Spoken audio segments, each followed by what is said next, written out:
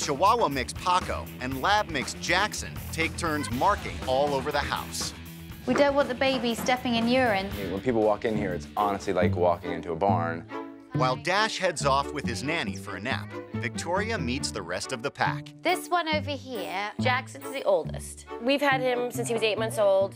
Just relax, Jackson. You don't get stressed out. Funsies. She's a Louisiana Catahoula leopard mix. Nicole had funsies in Jackson when we got together. I actually got Donut from a shelter. So that made 3. Then last Christmas, we found Pacco On the street. Pacco will just snip at Jackson, and you know they mark all over the place. Everywhere. There's not a day mark. that I don't clean up Oh, really? urine. Yeah, they'll mark on new toys that come into the house. I'm surprised I haven't caught them marking Dash. I think the marking is probably the biggest thing for me because of the smell. It's just a little bit, I find, disgusting. Oh, look what happened while we were... Oh, who did that? I don't know.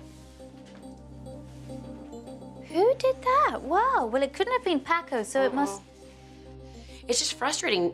No one likes waking up to pee in their house, and no one likes coming home to pee, and everything gets sort of marked on. Oh, look. Sweetheart, we don't want the baby stepping in urine. No, we don't, do we? We don't. With Nicole busy cleaning the floor, Jackson decides to help out with cleaning the table. Hey, we're just gonna clean up the pee-pee from the floor, because that's what the puppy did. It's evident that Nicole really does have her hands full. She's got 4 dogs, 3 cats, and a baby. And she also has a full-time job. That's a lot of work for anybody. Oh, fun. While Jason is away at work, Victoria sits down with Nicole to share her thoughts. I've had a day observing you and your dogs, and I think you're overwhelmed. You have 4 dogs, 3 cats, a child, and a full-time job. Do you feel overwhelmed? Do you feel like you don't have control? I think the 4th dog put us over the edge. And certainly Pacco's marking just made it sort of unbearable. You've got 2 males in the same house together, and obviously what happens sometimes there is that there's competition. It's all about marking territory. Whenever you put down something new, or certainly your son's toys, they get peed on. That is obviously not sanitary, not healthy. We don't want the baby stepping in urine, so we've got to address that.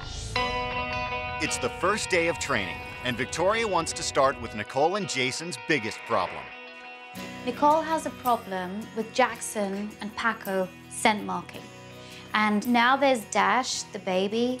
That's even more important that they get the scent marking under control. All right. Marking has only been a problem since Pacco has joined the household. It's really going to be Pacco that we're going to be focusing on. Okay.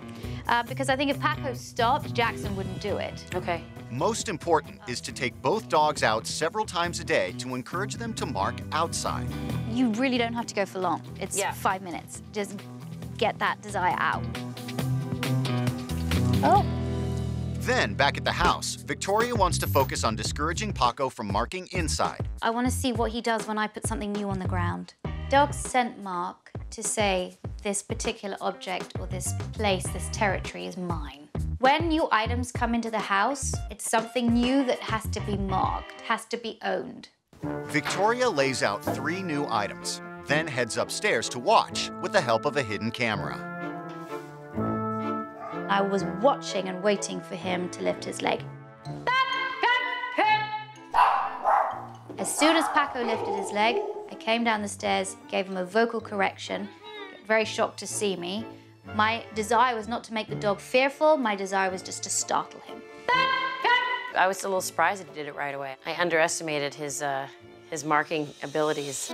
Put something down on the floor, go up there where you can actually see, and just keep watch for about 15 minutes. The more he realizes when things are put on the ground, if I go and mark them, oh, I hear this horrible noise, I'm not gonna do it. Okay. And I just want Pacco to know that there are eyes still on him, even though nobody's physically present. When he can't be supervised, Victoria recommends putting Pacco in a pen to stop him from rehearsing the behavior. And then you give the dog slightly more area and more area until you're confident that that dog's not scent marking anymore. Okay. All right? Try and do some setups with putting new objects with Pacco here. Go up the stairs, watch, and then do that vocal correction. You just got to put in the time. I'm feeling a little bit overwhelmed, but I also think that it's worth doing. It's gonna make us a lot happier. Jason and Nicole take Dash for a walk and give the dogs a chance to mark outside. You know, we've been trying to get the dogs outside a lot more. We've only had one mark inside the house since she's left. So in that sense, it's been good. Nice, Jackson. Back at home, the couple lays out a few new items to see if Pacco's marking instinct gets the better of him. Curiosity flares. But this time, Pacco resists the temptation. Last time Pacco did it in 10 seconds, and this time he walked by it several times and didn't pee. So that's a great sign. You know, hopefully we've turned a corner with the marking. To help Pacco stay on the right track, Nicole and Jason place him in his pen when they can't supervise him. And hopefully over time we can get him out of there. We'll get you out of jail soon, buddy.